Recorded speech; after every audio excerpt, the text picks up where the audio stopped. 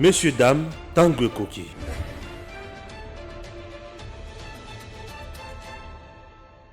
Messieurs, dames, bonjour. Esengili Boyebake, Israël Mutombo, Azana Katia Kolonga, P.A.C.A. Longi, Banguna Naenyoso.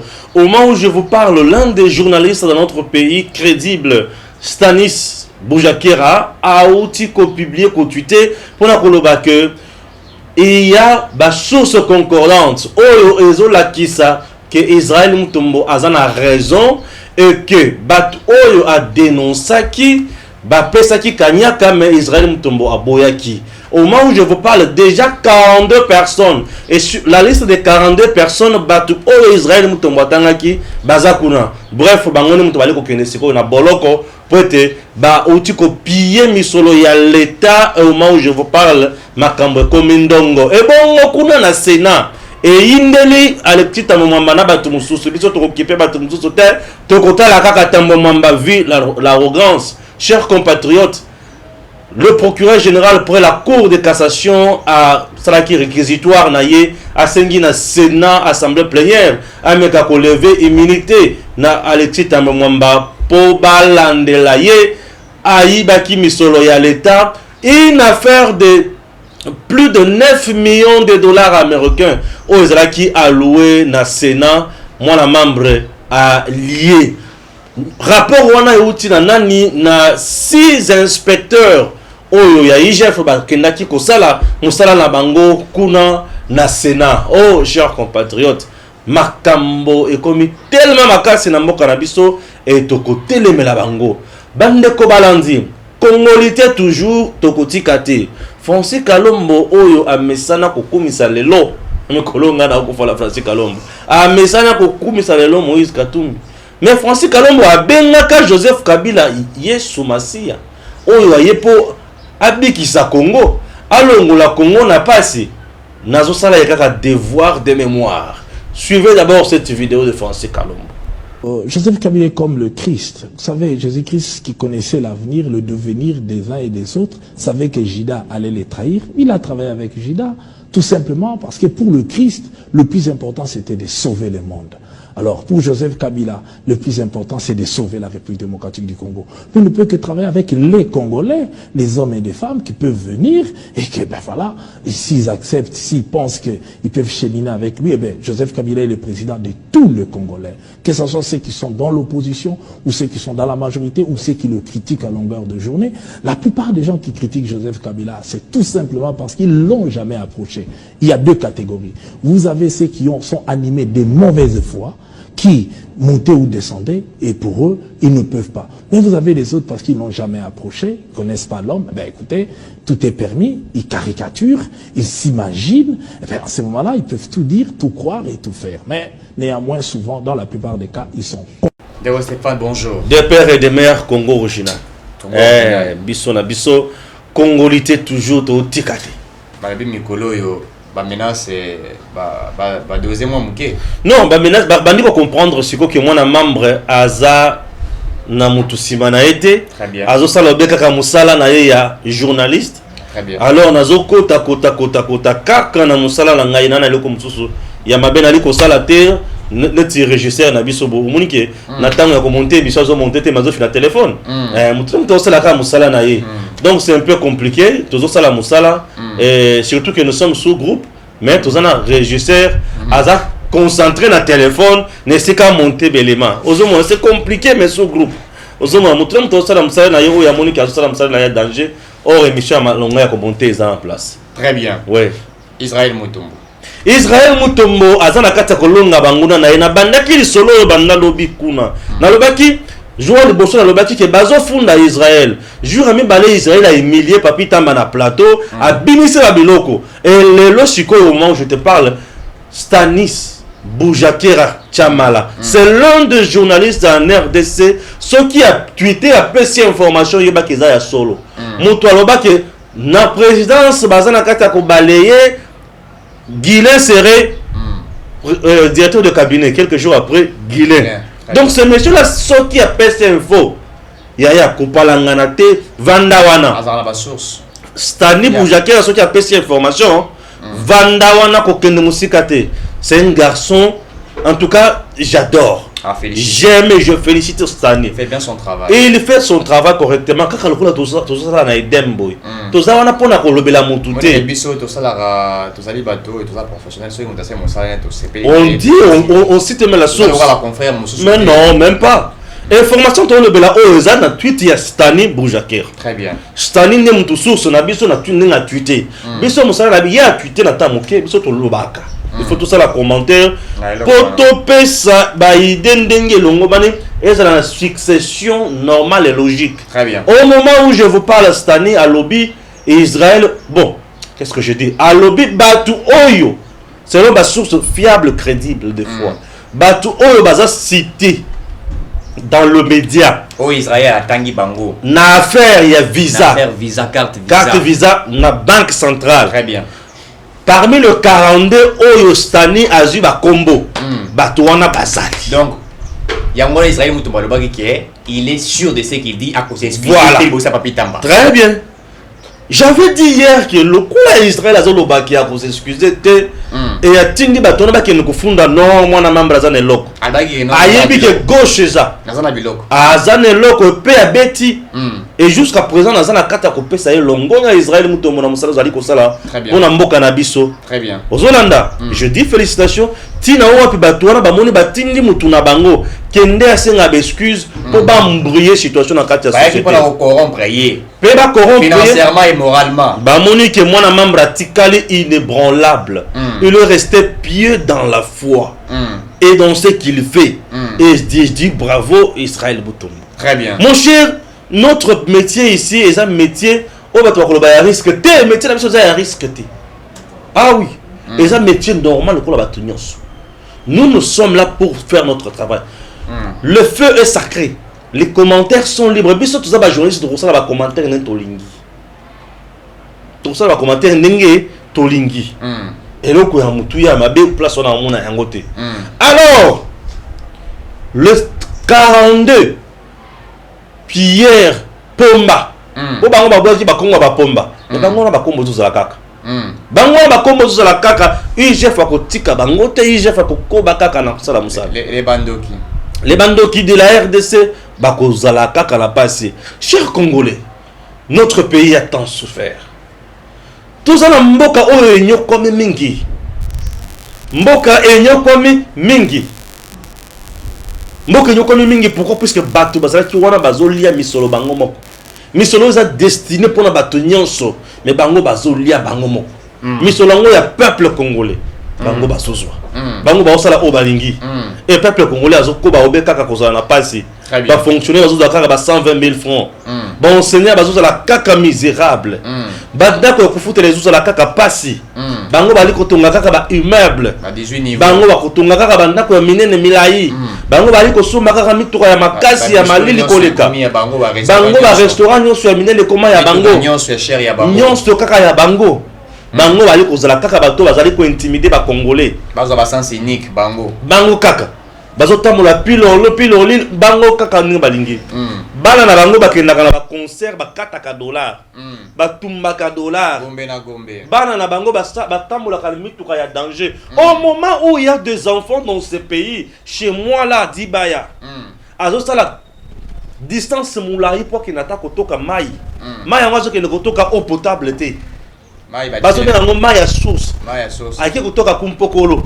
Mai ya source ya mpokolo. Mai yango mwanya yeza boleka pembeni wana. Moi mai mo soupe ezo chola. Balobi l'eau qui coule n'a pas de microbes mais oh ezo couler na ba nyei wana. Et ça na microbe to ça na ba antimicrobe.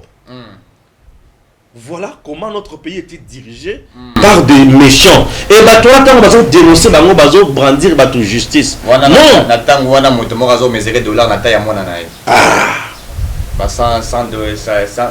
On sala nini na Congo yo ko sala ba futa ko dollar na taille mona. Na taille mona na yo. Ba 6 ans. Ata ba bazo sala ba mission internationale to mondiale. Ba futa na kabongo te. Du coup. Non. Et il y a beaucoup de gens, il y a un moment de commerçants, bah commerçants, bah côté la politique, bah ça la vraie mafia. Oui, bah n'est oui, bah bien. Pour azana baninga na politique ba couvrir rien na domaine son autre pakala. Oui, il y a quelques pourcentages. Miso le tamboli. Notre pays était dirigé comme ça, était détruit. Et bah pomba oyo ba menacer Israël mutombo. Israël mutombo zo longa bango déjà. Pour ba comment na bango eza. Est-ce que Israël mutombo a sali mabe? Non. Sango Mokonzi n'a pas mal fait. Sango Mokonzi fait le journalisme d'investigation. Les journalistes d'investigation, les journalistes Yakomona peuvent dénoncer. Voilà, je viens de trouver tel dossier, c'est déjà dans la presse. Yango. Et lorsque les journalistes font comme ça, attends, on a coquille à un plateau, attends un téléphone, tu connais qui ça. La vidéo. Ça la vidéo na yo. WhatsApp. Utindi na numéro na biso WhatsApp. Tu connais qui ça yango ah. Olobi, monsieur Stéphane Eric Tiswaka, Makambo Bolobi, à mon sujet, Ezali Yangote, vérité, Ezali boye. Au sali vidéo, d'ailleurs, au Tindeli Bisso. Toko Zoyango, toko télécharger, toko sala émission, to zongeli sur le Cambo, on appelle to tche yango tolobi, boyoka version de fait, Moussous. Très bien. Contraire. Nous sommes là et nous sommes de vrais démocrates. Et de vrais républicains. Puisqu'un journaliste, c'est tout ça, bah, la société civile. Nous sommes là pour le peuple congolais. Et les politiciens, bah, ça va y nabi sauter. Mais bah, y nabi sauter, on dénoncer, bah, ça va tout haut, bah, yiba. Bah, ça va haut, bah, diriger ma paix. Bah, ça va incompétent, wana, bah, médiocre, ne moutou hôtel les méla. Bah, ça, oui, bah, ça va dévoiler, bango, bandi, pour menacer. Ah, bah, tu wana. Tu n'as aucun droit, ya ou yibi, mi solo ya batou. Bah, le bin a bandi comme menacé, wana, ozo comme pomba, moko mal placé, avec arrogance noire et notoire. Wana ko toto qui peut yote. Abosa ni côté époque. Ya époque toza o eza époque il y a état de droit, époque il y a vérité. Il y a gouvernance rationnelle axée sur les résultats. Résultats on a les changements, il y a peuple, il y a vie, il y a population congolaise. Très bien. Tout ça on a posé les résultats il y a yo comme pembe, de bomwe viba, otonga, yo za la bien. Non, tu n'es pas parti là-bas pour yo comme bongo. Tu es parti là-bas pour changer le quotidien des Congolais. Très bien. S'il vous plaît, essayez de nous comprendre quoi. Quelque chose. Comprenez-nous. Nous sommes là pour ça. On n'est pas là pour nuire. Non. Olobi, mingi tokobanda kozon so na passé na yo. Regardez, c'est comme par exemple Francis.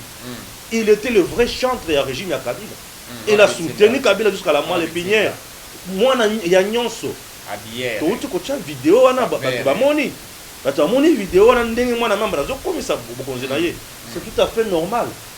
C'est pour nous dire que ce qu'il fait aujourd'hui à Kokomi ça va comme c'est pour la congolité. Qu'il mette un peu de l'eau dans son vin puisqu'il est en train d'encourager ce qui est mauvais et diabolique. Très bien. Et nous on ne peut pas accepter ça.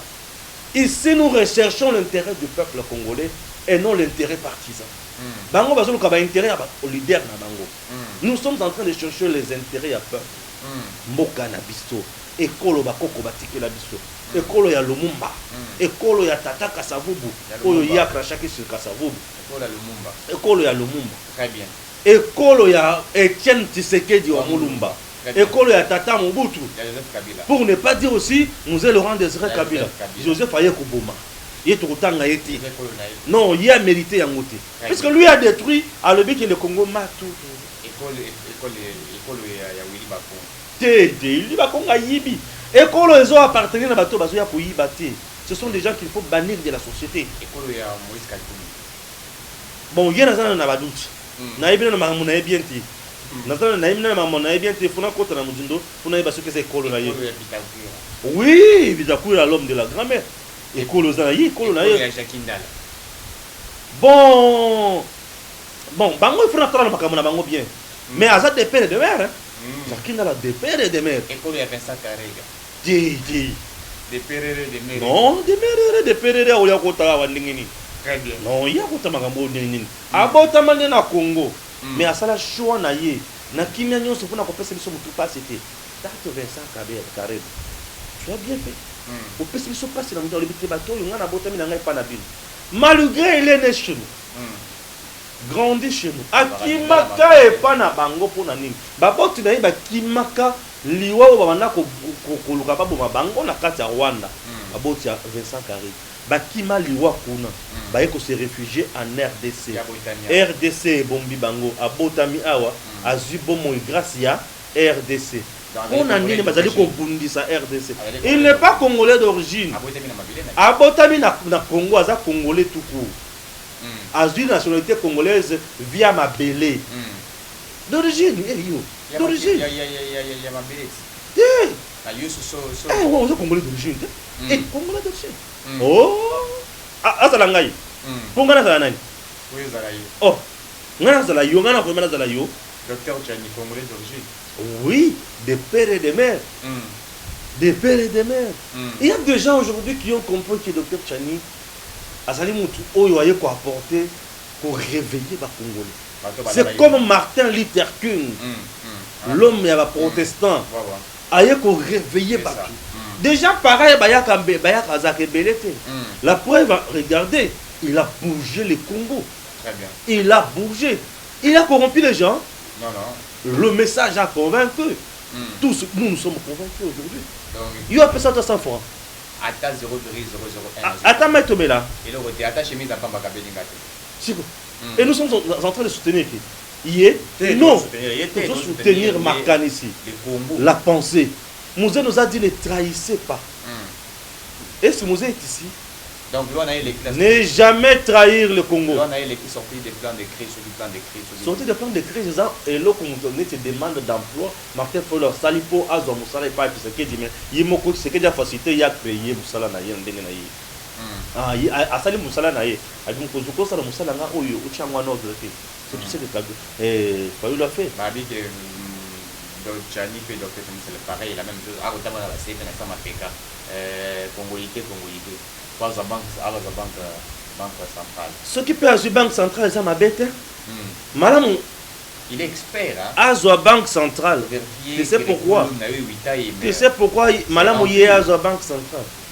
Et ça, pour y tant que vous allez la kuna, tu vous allez là-bas 57 sous-comptes. Des pères et des mères. Tu vous allez 57 sous-comptes liés à la trésor central. Très bien. Tu vous allez sous-compte. Tu vous allez la carte visa ya bato bazali ko bibisa mbongo boyete. Et puis vous allez contrôler ma casse. Et le coup là yé moko za muto à rigueur. A cause na besoin bazo soana. Ce qui yé azali ko luka musala pour pas pesa eloko wana, yé tozo soutenir. Yé azo. Puisque ba oyo so bazo za la wana. Ba sali biso boy. Balie batondi mais ba osala eloko mo eloko. Basimbi partout. Bref, Israël Moutombo beti bato ba détracteurs na KO. Israël Moutombo met ses détracteurs KO. Puisque le coup là ça n'a pas preuve tangible. Auto bien tout dans la histoire des preuves tangibles. Ou yo kutimi quoi. On a des preuves tangibles qui awa moto alaki. Au coup squelette ya moto pesa banda ko yaki alala ko fay o le bio moto alaki awa ko fe laki awa. Ça s'appelle des preuves tangibles. Et Israël Moutomboana. Comme Israël Moutombo a une telle preuve tangible, je lui dis félicitations. Mais il était sûr quand il parlait, il était vraiment... Il était... Tu sais, lorsqu'on a l'information... Lorsqu'on a l'information, on ne peut pas se laisser intimider. Même les gens qui nous suivent. Attends, bah, on bisika baza na auto lo bazo comprendre que madame bayo yo ba la raison. Pe baza na information penza la makam. Bah, quoi intimider biso ndengeni. Très bien. Moi je tournais pour te montrer que je suis très ouvert envers Nabatonyos. Jakinda la benga. Mais bino bo sali boye nini. Oh mais bolo bien na sali milice té. D'ailleurs, nelo ko na uti koloba a. Et d'ailleurs, moi j'ai des preuves sur la que sali milice té, yo ka message na biso. Il nous a envoyé ba vidéo na bango, il y a base sans bataillon sans Kobanga. Tous va vidéo voilà tout chango tout l'exango té. C'est le cas mais ça qui modèle mora la Kabili, il a le rôle la chaleur. On ne refuse pas dans tout cas. Tout l'exisa ya ngoté. Tout l'exisa. Est-ce que tu rêves tu zongela na makambo to loba ki suriété? To loba non, effectivement les aliki milicité, les aliki boye basala ki loyenge na bango koso. On l'a fait ici. À Bengaki avec beaucoup de courtoisie, beaucoup de respect. À mon que non baza ba responsable. À Bengaki parce qu'on a pas intimidé bisoté. À Bengi bisoto solo le pète calmement avec non, c'est un monsieur responsable aujourd'hui. Je dois l'avouer que Jakindala na vision où on a coupé c'est la liboso qui est brutal et ça non. Jakindala c'est un monsieur responsable Il n'est pas brutal. C'est un journaliste C'est un journaliste sérieux. très Non, je dis responsable. d'abord, c'est un monsieur, il n'est plus journaliste. Ouais. Il Là, est il devenu- a exercé ses métiers. Oui, là, il pendant est, longtemps. il est en politique, je Ouais. dis que c'est un monsieur Mm. sérieux, Mm. puisque j'ai senti le sens des responsabilités Mm. en lui. Ouais. Il a fait son choix d'être derrière son leader. Ouais. Il est libre. Ouais.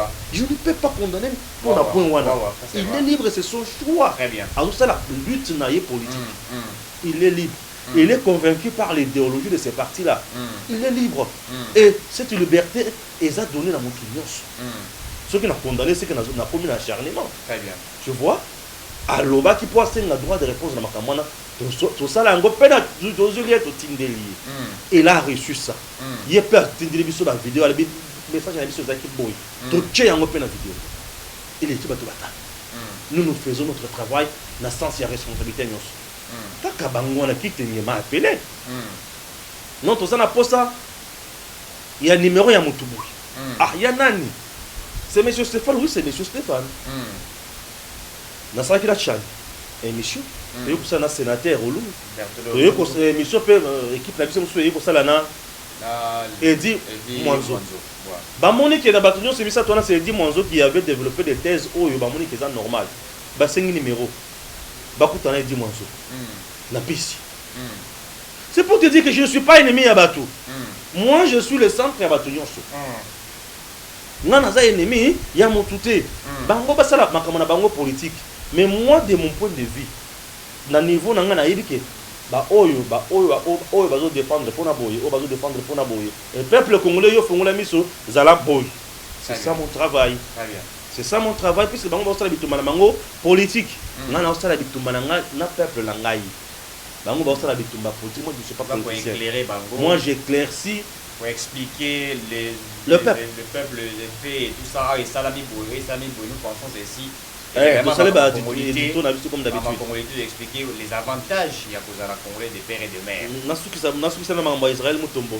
Donc pour les gens qui pensent qu'Israël a fait des prisons, à Rosala Boy, bah On va qu'il y a la prison à Bongo. oh kaka boy kaka Il y a la prison. prison Bongo. Oh Rosala Boy, bah pour répondre à la justice. Justice c'est pour beta bango fimbo. Et tango ba ko beta ma fimbo awa.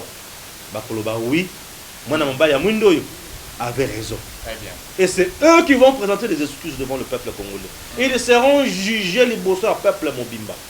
Yango jila lingue talobi, les autres comme la méthode, ya to moni makamona yo to publier yango na ba média, ba yo so ba yeba ke oyibi mbongo na bango. Très bien. Po oyeba ko étouffer dossier te po liboso zaki to zui to memi kuna loko les na CCC bazo finika yango na baninga na bango.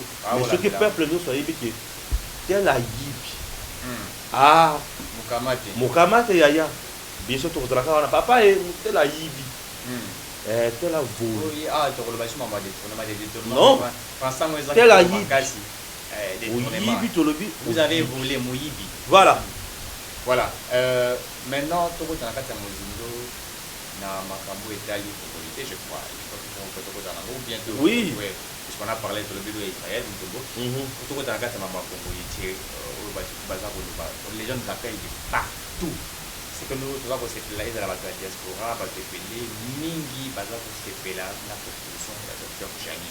La majorité, je crois que les 80%, ceux qui ont vu tout ça là, avec un sondage, ou bientôt lancer une pétition. Pétition.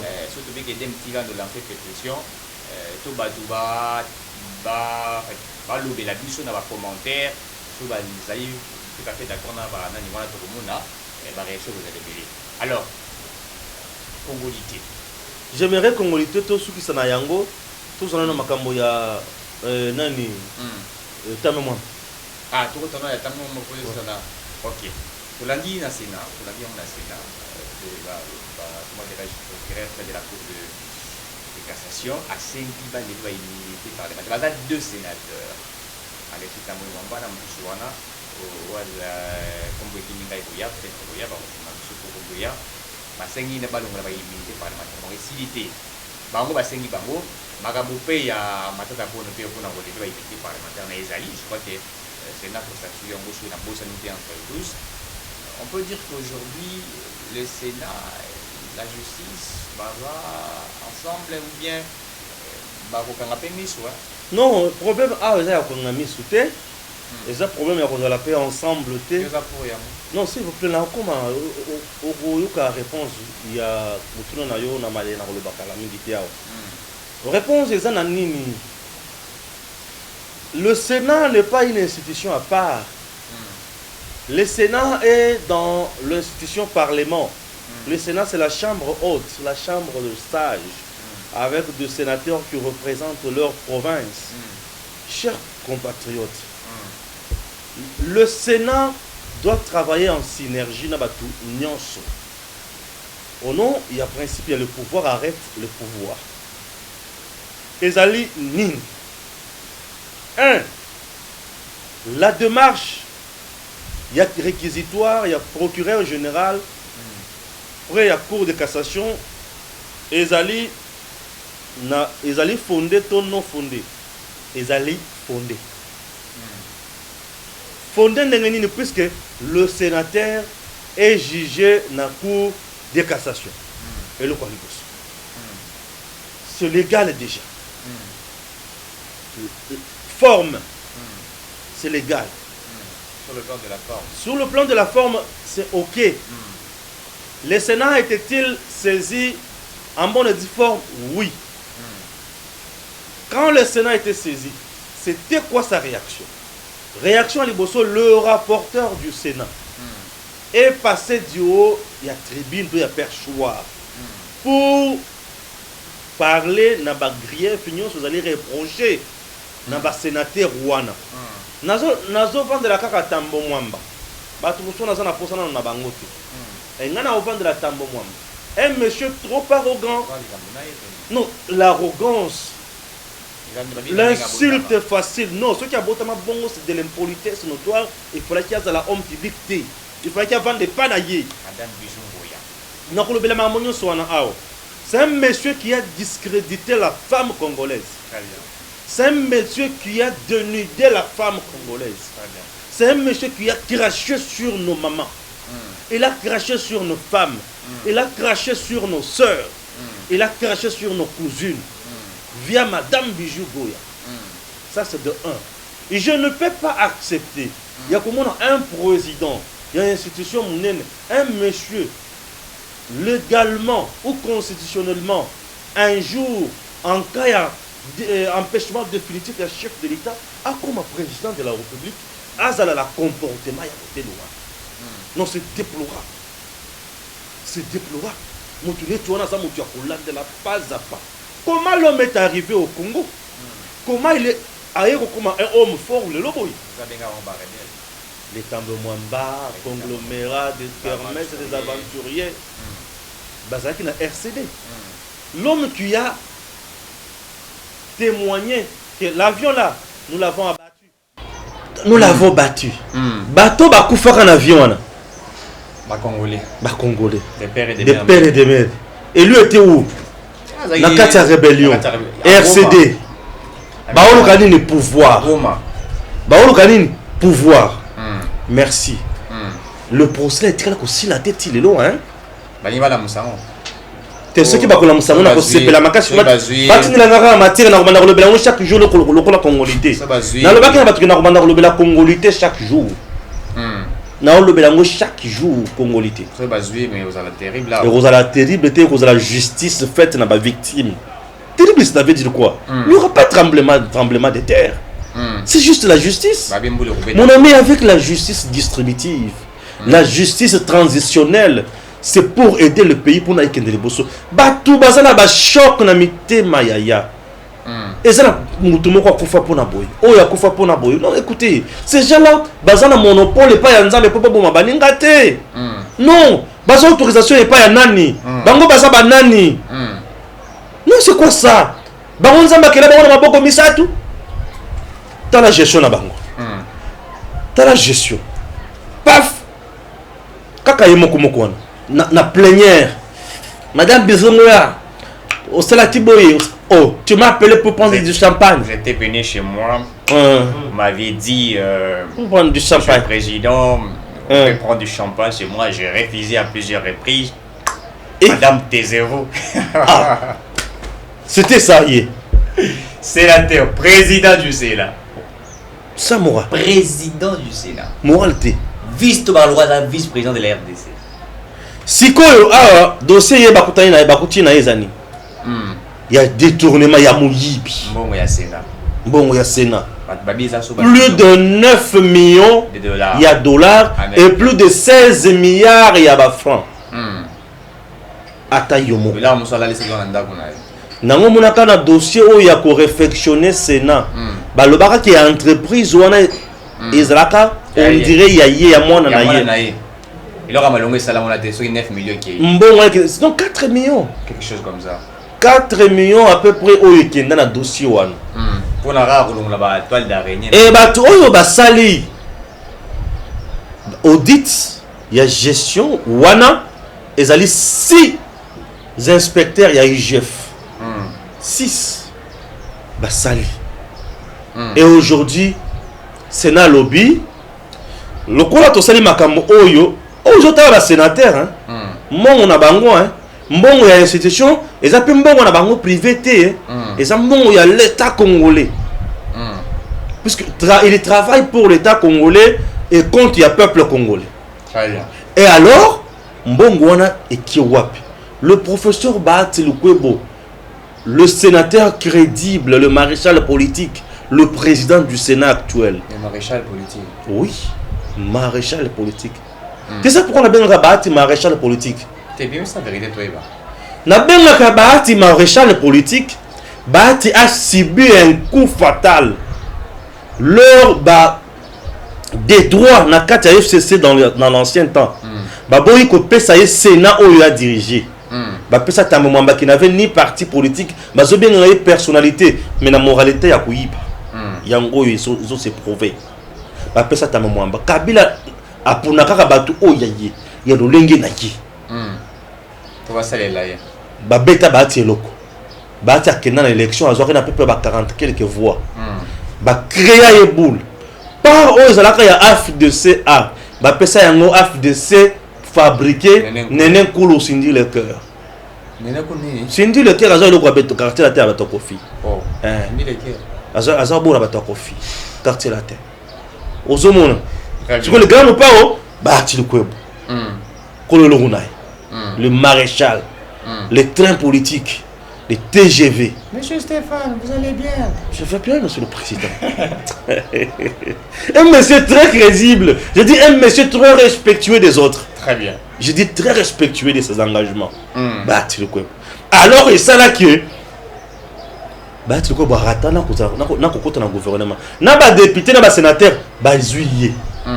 Ba mbika ba kenda. Le mbika ya Luka poste ti amoni yango. Amoni yango ta uto créer bo séquence au Guinée pour la 2023. Na ko lobela ngo balasi. Alors Bahati Lukwebo connaître ma monyo swana. Maintenant tant train comme ko zinda FCC cash bateau et comme ko dinda botale. Nena Titanic za ko dinda o. Baluka ba sauvetage o. Baluka ba sauvetage et zo mona na te Bahati le sauvetage ezali. On peut mettre en place consultation où il y a la force nyonso pour te mettre et le comme ça avec des gens chevronnés pour tout salam salam alam et nyonso sacré bandi. Très bien. Et bah ça coûte un président de la République na est. Bah le bela mambo ya PP politique na sécurité et aujourd'hui nani informateur on a voulu comme ma majorité Bahati Lukwebo, le père de l'union sacrée, le vrai c'était Bahati. Mon doigt à l'origine de ma ramonion à la déclaration pour demander ma consultation et mon consambo à moni makambona place dans ligne à Félix Tshisekedi. Lorsque intérêt à peuple Zali, Félix Tshisekedi donne la main. Très bien. Et ça me fait du bien. C'est un président, un don béni pour notre pays. Très bien. Alors to Vandawana, les union sacrée et Bahati le Sénat. Bahati a commis au Sénat. Ta maman n'avait pas le temps de collaborer, de parler avec les administratifs. Agent à Sénat. Mais Bahati aujourd'hui a coûté na kanabango sur la kanabango. Bahati ça la partage ma calamité awa. Ayoka bango doléance la bango zanine pour améliorer les conditions de vie na bango. Très bien. Ba syndicat ya Sénat a coûté na kanabato nyonso. Il a les contacts avec tout le monde, un dialogue. Il a une gestion axée sur les dialogues avec tout le monde. Vous savez tout ça, puisqu'il vient de la société civile, de père et de mère, et il connaît la souffrance des Congolais. Mais tu as une rébellion. La rébellion est intéressant à bango, oui bien go. Ba piller, ba exploiter minerai, ba zoa osakane ba betima sasi. Ba bomi, la soso. Dialogue est à la carte. Ba okate moto. Dialogue est à la carte. Et aujourd'hui, il est là. Le Sénat a lobby nini sikoyo na mukuse. Dossier na ye totindi yango na commission oza na kati ya ko traiter makambo ya matata ponyo mapong. Bango nyonso na molongo ya ba de tourner. Oya yibi bukangalonzo, oya yibi ayibi Sena. Ayibi Sena.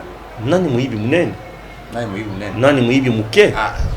Bango tout makambo na bango ekozala mukoloni le 12. Batie bango nyonso les 12. Bango ça les 12. Ba kotala mabla bango nyonso les 12. Assemblée plénière ce jour-là est voté. Donc le sénateur le 12 basant devant responsabilité naba. Bazo luka bolamu ya Congo, to bazo luka liwa ya Congo. Bako luka malamu ya ba Congolais, to bako luka pasi ya ba Congolais. Ça va quitter bango nyonso. Ce qui va quitter bango sur le peuple congolais à kotala kaka bango, à prendre acte. Et bango na ebanzi que un jour mboka et kosanzaka bango. Attention.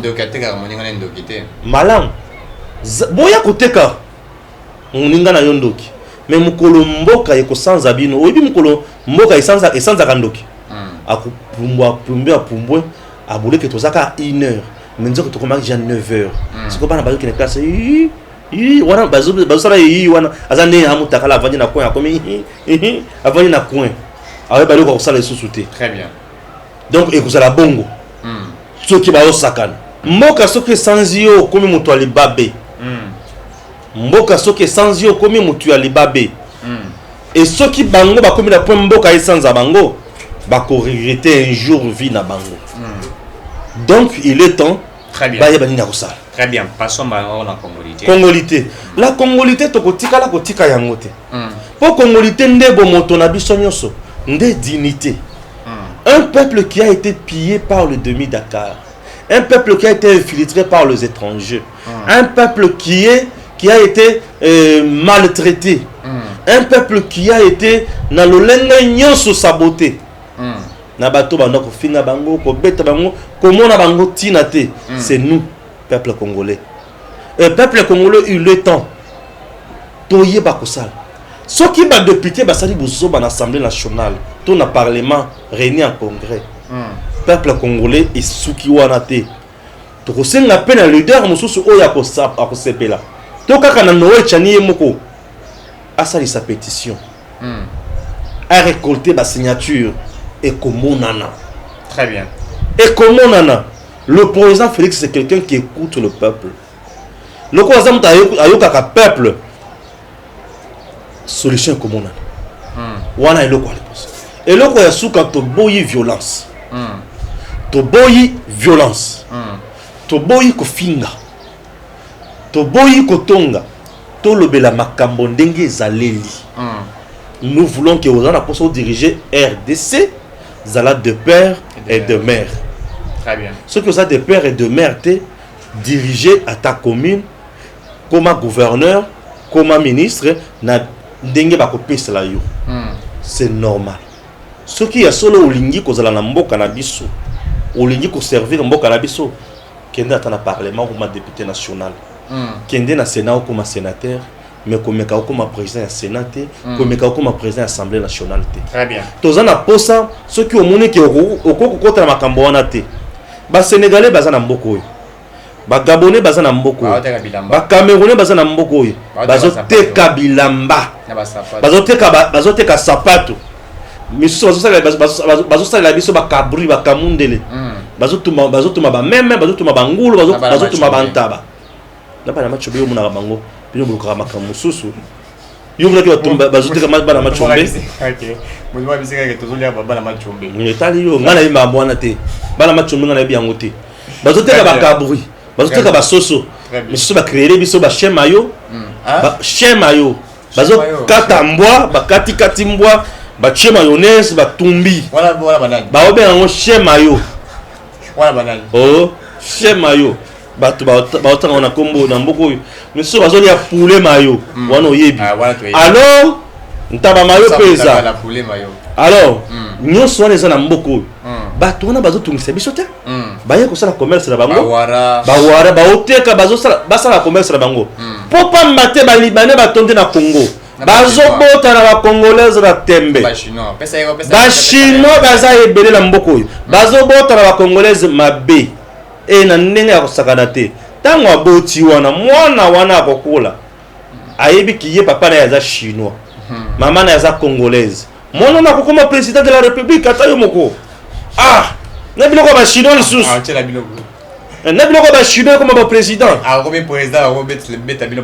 kota balobiki biloko bachinois eumelaka te siko mwana wana ntango okoma président akoumela kozala président. Très bien. Nous risquons de rencontrer un makamoko compliqué. Chers compatriotes, la congolité. Eza discrimination te. Nous chani alobi eza discrimination te. Eza tribalisme te. C'est le nationalisme, c'est le patriotisme. Tu vois? Très bien. C'est défendre la souveraineté. C'est tout. Nous devons défendre la souveraineté de notre pays. La souveraineté de notre pays est chère. Cette souveraineté, on a pris à Makila. Toko bradé yango pona bato songo to pakalate. Ils nous ont donné une fameuse constitution taillée sur mesure. Taillée sur mesure. Il y a une dame qui m'a appelé ce matin pour me dire, donc si je comprends bien, constitution to kena ko voter dans référendum, il y a 2006 il y a oui ou non, makamobozo ba o ya na bato nyoso ba ko postuler biloko ya na kati na le bien na kati ya le bien avant. Donc kena voter de makambo na le bien, bokena voter de makambo. Ba le bien Kabila mtema be. Madame le bac dans le makambo na yo na le bien ngo. Mais elle m'a dit dans le bakombo na été. Merci. Alors, elle m'a appelé, elle a regretté. Très bien.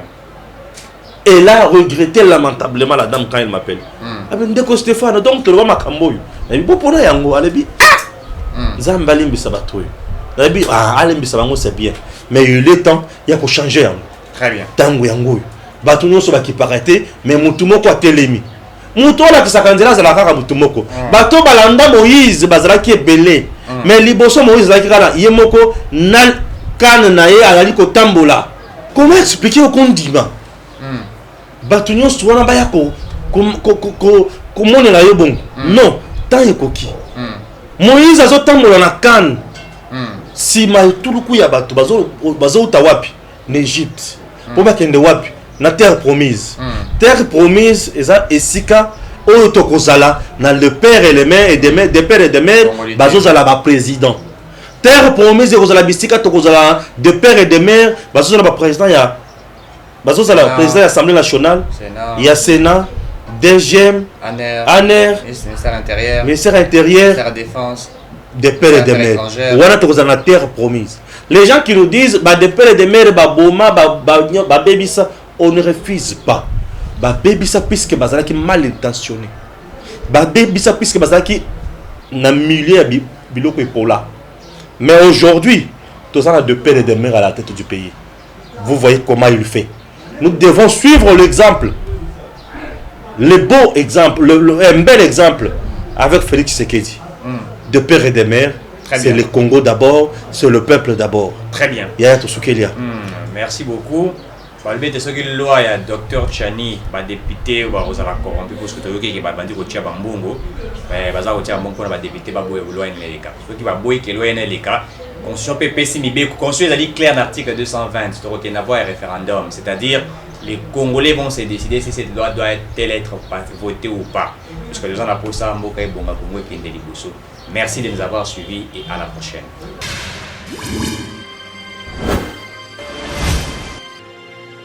Abonnez-vous sur Eden TV officiel.